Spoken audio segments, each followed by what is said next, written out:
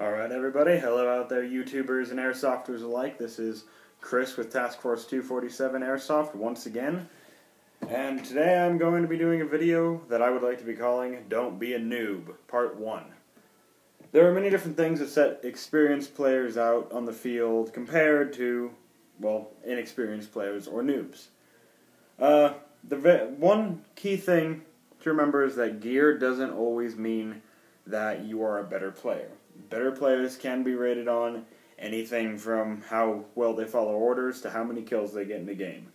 All that matters is that there are a few things that you will need to know if you feel like moving up the ladder and becoming from a noob to a serious player. First off, we're going to be starting off with weaponry in this series, in this first part of the series, and we're going to be talking about pistols and AEGs. There are two different guns from each category that I'm going to be showing. One is obviously the lowest level gun, the other is a mid or high level gun, depending on what is happening. I'm going to be starting with the pistols, and first off we have a very nice looking Colt 1911. This just goes to show that no matter what a nice paint job will do, your gun still won't be able to perform. This is a spring gun, which means to shoot a round, you have to pull back the slide every single time to shoot the round.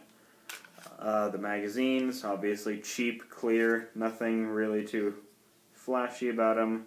They're extremely cheap. So, these are pretty much considered toys by most serious airsofters in the community. They are nice for show if you don't have the money to buy a gas blowback or an AEP, but they really don't get any jobs done if you pull them out in a fight. Like I said, to engage the BB in this, you have to pull it back, let it go, and shoot. Goes to show that these break very easily, apparently, because I don't think I've fired this more than twice. Well, at least gotten more than 2 clips out of it. And seems that the piston lock has broken. Once again, noob equipment. Higher up that scale is a gun I've already done a review on. It is the fully automatic CMA CM030, also known as the Glock 18C as the real steel counterpart. This gun is considerably heavier than the 1911. This weighs maybe half a pound, this weighs about 2 or 3 pounds. With the battery and mag and everything installed in it perfectly, it does break down to reveal the internal, so work is able to be done on it. And unlike the 1911, this does have a adjustable hop-up unit and rails on the bottom. It does have 2 firing modes, semi-automatic and fully automatic. So this does throw you up in the ballpark to tackle with some bigger players. This is about 120 FPS, where this is about 250 to 260. This definitely isn't the top of the line pistol that you could be using, but it is a lot better than a spring pistol.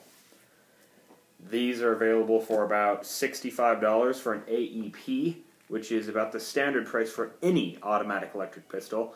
And then these are available for about $10. And most of the time they come completely clear and see-through. You just got to know how to paint them up right. Next I'm going to be moving on to AEGs, automatic electric guns. I'm going to be starting with the noob side with the SIG 552. Don't get me wrong, the actual version of this as well as the airsoft version of this are great guns. This one is not. To start off, these are very cheaply made. They're completely plastic. You can hear parts rattling around inside. The magazines do look pricier, and these do work in most all G36 or German-style type guns. They do have the clamps to clamp them together on the side, and they do sport some very nice synthetic bullets inside of them. But, just, you know, you can't really judge the gun off the magazine. This is more of a selling point for a shitty gun.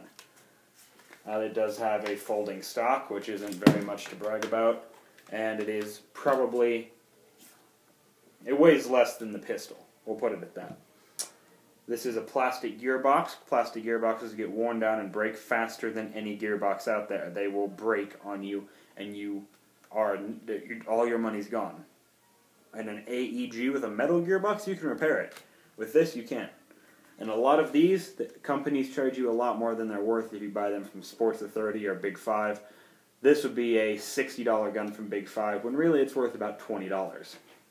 Also, the batteries they use. The battery for this goes in here, under the compartment, inside of here. Not much different from the actual SIG design, but the batteries that it uses are NiCads and not nickel metal hydride. The nickel metal hydride, or NIMS, are what are used in standard AEGs, and they give a lot more power. They have the capability to be hooked up to a smart charger, and they can be charged at any time, whereas NiCads have to be fully drained before you can charge them again. So this is a very cheap gun. There's nothing special about it whatsoever except for the magazine. That's about the only pro for it. Other than how pointable it is, you could use this as a sidearm if you were in that dire of a situation. Now next up we're going to be showing you a real AEG.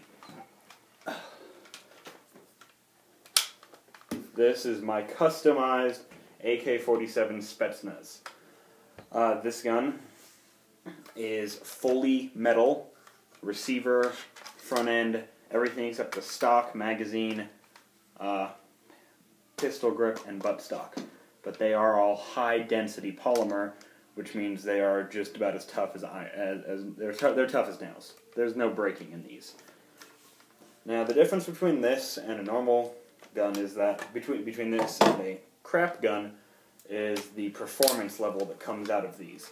The SIG 552 that was shown a moment ago is probably shooting in the 200 FPS range, which is lower, like I said, than the pistol. And this gun is shooting in the 400s, and it is very precise of being 400, 400, 400, 399, 400. AEGs have a much better performance rate and have overall better quality and reliability. There are a lot of options that can be done to an AK-40, that can be done to any AEG, and what I've done to this AK-47 is it started out as a normal AK-47 with wood and, of course, just wood and metal body grips, and just looks like a classic AK-47. You can't beat that whatsoever. But when it comes to airsoft, you want a little bit more. And that's what this is. A lot more. The barrel of the gun does extend all the way through the suppressor. I'm not sure if you can see it. When normally it should stop right before the iron sight, it does extend out to here.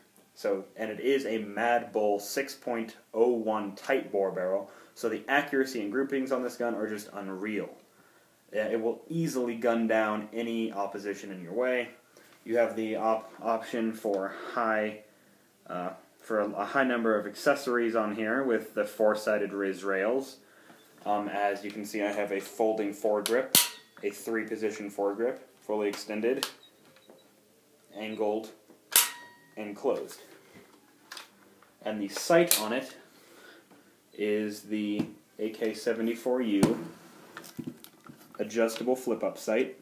Has 2 different flip-up sights that are for different distances and are very nice. And with this gun, there's 2 options for the battery storage depending on what your wires are wired for. It can go underneath the dust cover, or, where I have it now, inside of the buttstock. Just pop down the butt plate, and it reveals the battery compartment. The biggest battery I can fit in here, I cannot fit a stick-type battery in the buttstock. I can fit a stick-type battery up top. But in the back, I can fit a 9.6 or a 10.4 nunchuck battery. And this gun's fire rate is up in around the 20 rounds a second fire rate, which isn't the best. There are some 30 and 40 rounders out there, but it is right where you want to be to have the maximum efficiency and life out of your gun. Anything over that just gets a little overkill. So I hope this was very good for knowledge for all of you, and we will see you in the next part of this video. This is Chris Glasser signing out.